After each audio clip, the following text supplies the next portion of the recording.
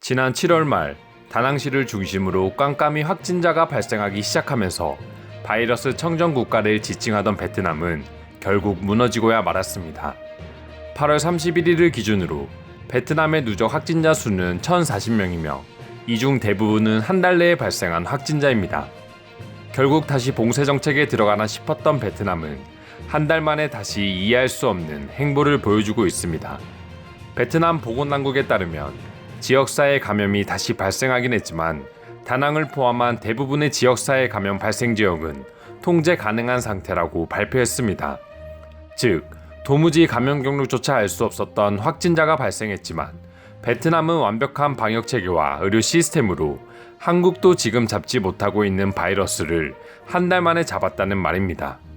물론 베트남이 자국 스스로 이런 발표를 하면서 관련 내용이 축소 발표든 100% 진실이든 간에 전염병 초창기처럼 계속해서 완전 봉쇄 정책을 펼친다면 굳이 문제될 건 없습니다. 하지만 베트남은 이를 이용해서 결국 다시 경제 개방을 시도하고 있습니다. 그리고 그 중심에 한국이 있다는 것이 우리가 베트남 정보를 더욱 자세히 알아야 하는 중요한 이유라고 할 수 있겠습니다. 응애 수엄푹 베트남 총리는 폭발적인 확진자 증가가 발생한 지 한 달 만에 다시 경제 성장에 초점을 맞추고 있습니다. 앞서 말씀드린 바와 같이 베트남은 충분히 전염병을 다시 통제 가능한 상태로 만들었기 때문이라고 합니다. 지난 주말 열린 광요 회의에서 전문가들이 베트남 지역 감염 재확산에 따라 경제 위축을 우려하고 있다고 말하자 푹 총리는 베트남의 목표는 여전히 성장이다. 현재 상황에 맞는 장단기 경제 성장 전략이 필요하다라고 언급했습니다. 그리고는 바로 한국과 일본으로 베트남 노동자를 파견하기 위해 항공편을 즉시 마련하라고 지시했습니다. 한국과 일본은 베트남에게 있어 최대 인력 수출국이기 때문입니다. 베트남의 현지 매체인 VN 익스프레스에 따르면 베트남 정부는 신종 바이러스로부터 안전하다는 평가를 받는 국가로 가는 상업 운항을 재개하라며 강하게 명령했다고 합니다. 전염병 사태 초기 제일 먼저 한국을 손절한 베트남이 이제는 대놓고 한국은 안전국가라고 노동자를 파견하라고 명령하는 모습은 그야말로 철면피라고도 할 수 있는 행보입니다. 베트남 교통운송부는 사실 7월부터 서울로 오는 항공편을 주 1회 편성할 것을 제안했다고 합니다. 하지만 같은 달 지역사회 감염자가 폭발적으로 증가하면서 계획을 보류시켰습니다. 그러나 불과 한 달밖에 지나지 않은 이 시점에서 자신들은 전염병을 다시 통제 가능한 상황으로 만들었으며 그렇기 때문에 한국으로의 노동자 교류를 다시 진행하겠다고 의지를 밝힌 것입니다. 베트남은 자국 근로자들을 한국에 보내기 위해서 한국 기업인과 교민 등을 대상으로 호치민 공항을 통한 예외 입국을 유일하게 허용해주기도 했습니다. 그러나 베트남은 현재 특별기 편으로 입국한 사람은 무료 격리 시설이나 호텔에서 자비로 2주간 격리시키고 있지만 9월 1일부터는 외국인의 경우 무료 격리 시설이라고 하더라도 요금을 내도록 정책을 변경했습니다. 자국민은 해외로 보내 어떻게든 외화를 벌어오도록 하면서 베트남으로 들어오는 외국인들에게는 무료 격리 시설에서마저 돈을 받고 있는 것입니다.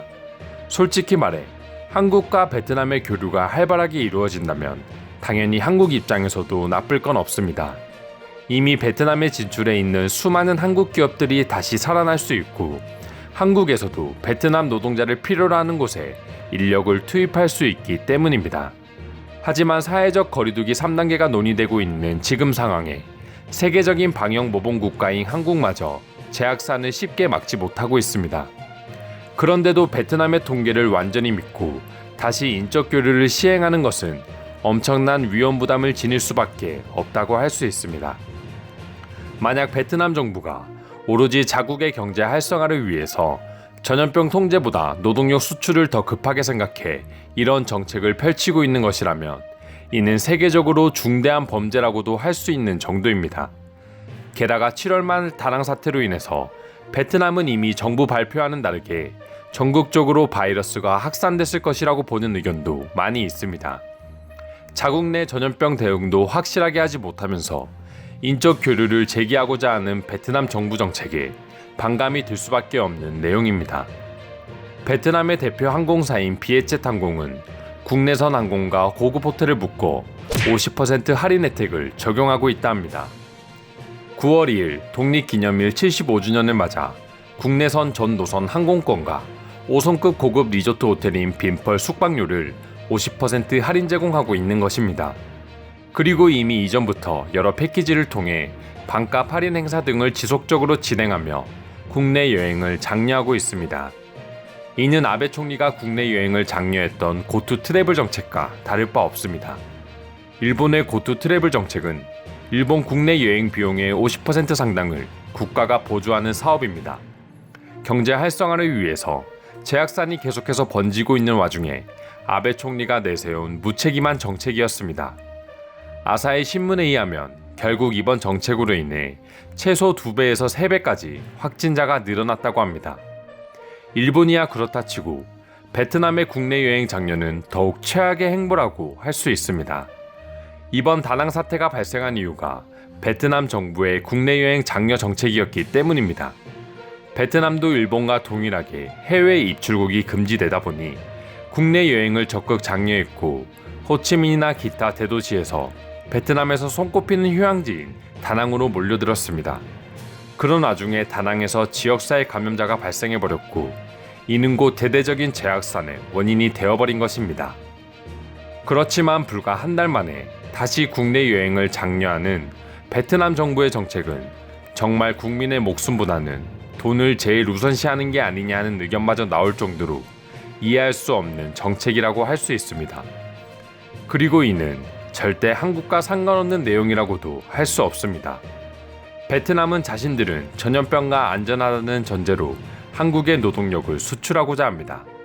하지만 무증상 감염자나 제대로 된 검사를 받지 못한 베트남 근로자가 한국에 들어와 확산을 일으킨다면 이때는 이미 돌이킬 수 없는 상황이 되어버리기 때문입니다.